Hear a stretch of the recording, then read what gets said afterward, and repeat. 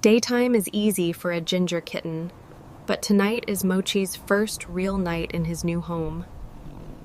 Mochi and Luna sit side by side, watching the sky trade its golden light for deep blue.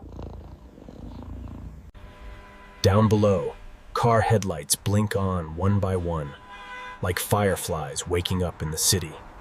The human moves around the apartment, closing windows and dimming the bright lights.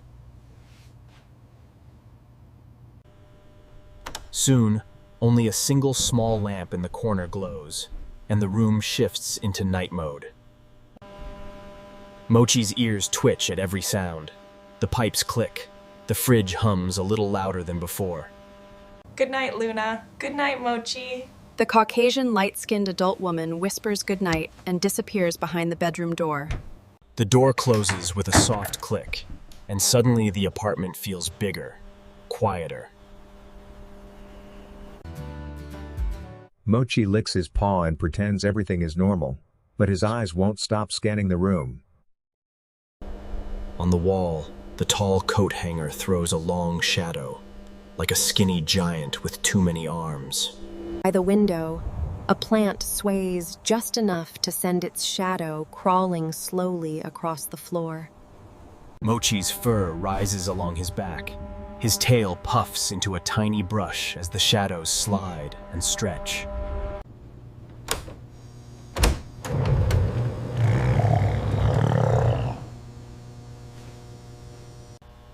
He crouches low, ears flat, staring at the dark kitchen as if something might step out of it.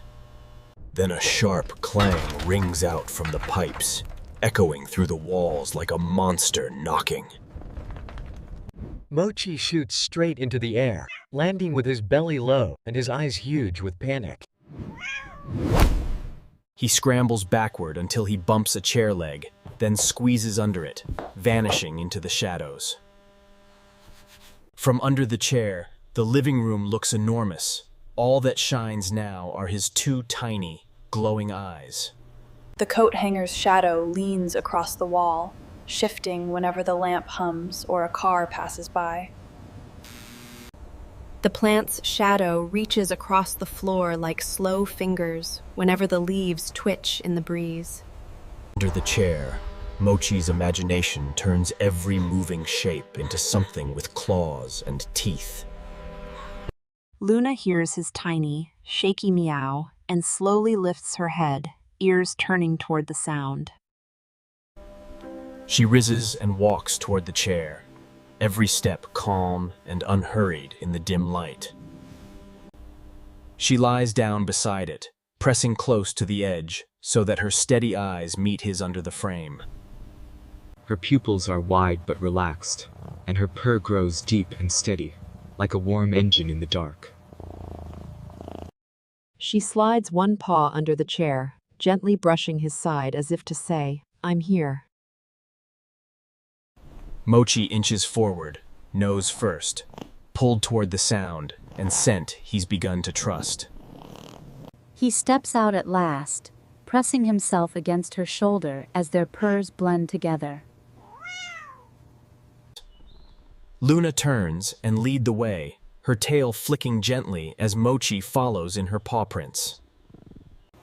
They walk toward the tall coat hanger and its looming shadow, Mochi hesitating just behind her. Luna sniffs the wooden stand and rubs her cheek against it, making the coats sway harmlessly. Mochi taps a hanging sleeve and jumps back as it swings, then creeps in again when nothing attacks.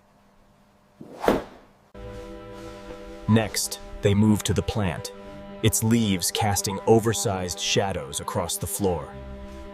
Luna pushes her nose into the leaves, shaking them until their shadows dance wildly on the ground. Mochi paws at a single leaf, watching the shadow copy his every move like a harmless mirror. Finally, they stand at the kitchen's edge, staring at the glowing, humming fridge that once sounded like a beast. Luna sits beside it and taps the door. The hum doesn't change, nothing leaps out, nothing growls. Mochi creeps forward, presses his paw against the cool metal, and feels only a soft vibration beneath his pads.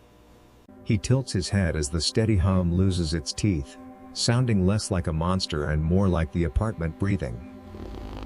Together they walk back from the kitchen, wrapped in the warm circle of the lamp's soft light. Outside, the sky is fully dark now, the city lights scattered below like fallen stars. Inside, the little lamp glows beside their blanket, making the room feel smaller and cozier than before. Mochi lets out a huge yawn for such a tiny body, his eyes squinting as exhaustion finally finds him. Luna circles on the blanket and lies down, glancing back at him as if to say, "Come here." He pads onto the blanket, turns in a small circle, then curls tightly against her steady, warm chest. Her purr vibrates through his tiny frame, covering the small noises of the night like a gentle song.